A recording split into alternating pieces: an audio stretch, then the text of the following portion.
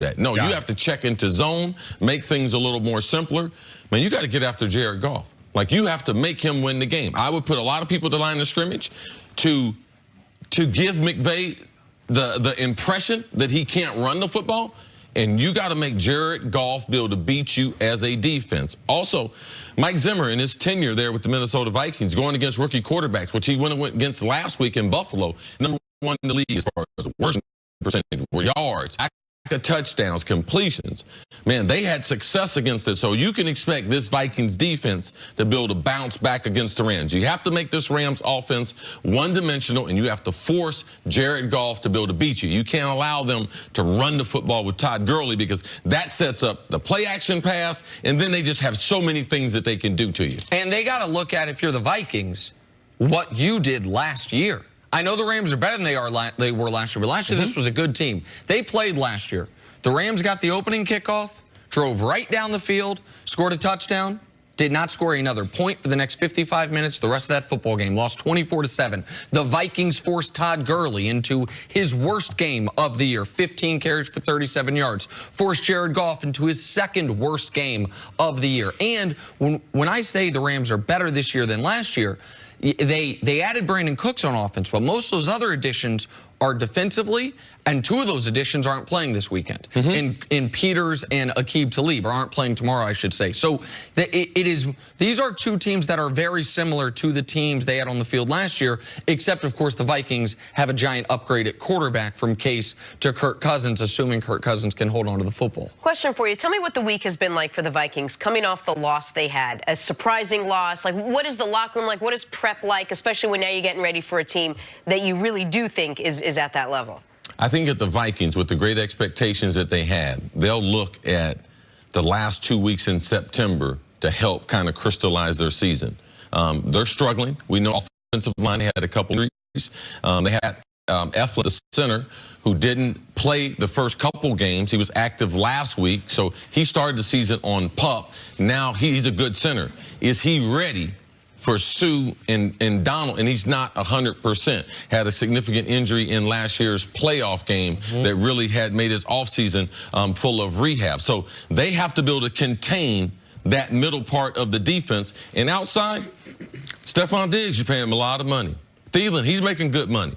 They have to be able to dominate the football game going against backups on the outside, with the Rams having both of their corners sidelined in this game. So, yes, we know that Galvin Cook didn't play last week, hamstring. He's going to be up in tomorrow's game. So, yeah, you have to be able to run the ball. But ultimately, if they're going to win, they got to be able to throw the ball and throw it outside. And the taking advantage of the backup corners in the Vikings offense, I totally agree with you. Like, this is where that with Diggs and Thielen, they should have a decided advantage. But I think you made a really interesting point when we look at the Vikings team, but they're one of 4 teams that has played a 5-quarter game this year. And we have to take with a bit of a grain of salt the result we have. 4 times this year, there's been an over 2 times with 4 teams played. Every time game with a tie. So they had to play a 70-minute football game.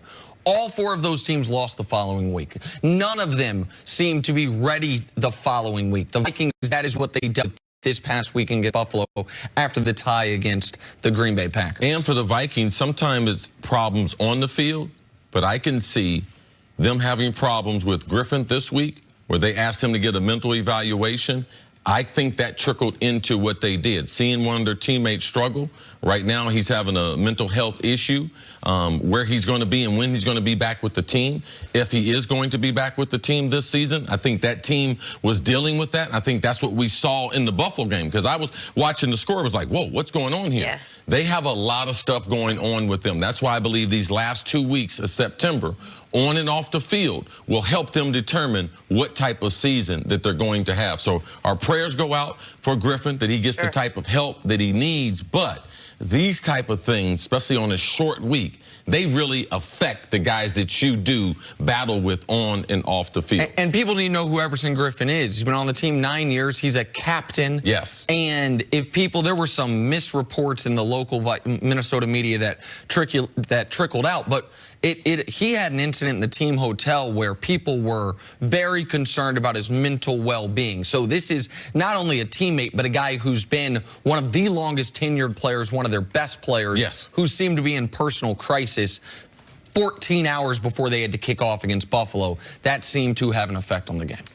All right, time now for Nick's Fantasy Update, sponsored by DraftKings. Nick, you're picking week 4 wide receivers today. Give us one stud and then give us one value pick. All right, the stud, I'm going to go with Odell Beckham Jr. He's expensive, $8,700 on DraftKings, but who's he going up against? You get what you pay for. And that Saints defense, see, we just spent a whole 50 minutes talking about everybody's getting off on that Saints defense. Odell is averaging 100 yards per game this year, yet to score a touchdown, though. And you know he wants to keep those touchdown numbers up, so I like Odell, like $8,700, even costs a lot. Yeah, you got to get, because he big numbers against that Saints defense.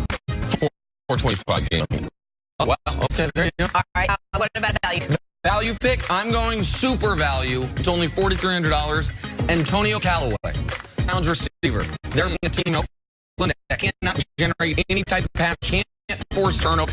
Baker Mayfield is going to take shots downfield, then letting Tyrod Taylor take. So I like Antonio. He's on like your 3rd page of receivers when you're scrolling down. So if you don't like DraftKings, they're trying to fill out your last receiver spot. I like $4,300. Sure, he gets to the stage and everything. A lot of bad things can go on in Oakland, and that's a guy that sometimes it's hard to keep him focused and everything. Fair enough. Yeah, maybe put one of those masks on him too when he's on the field. Make sure he don't get distracted. Scent of aroma going there. That would be a bad beat for him. Fails a drug test. No, it was secondhand from the stadium, from the black hole.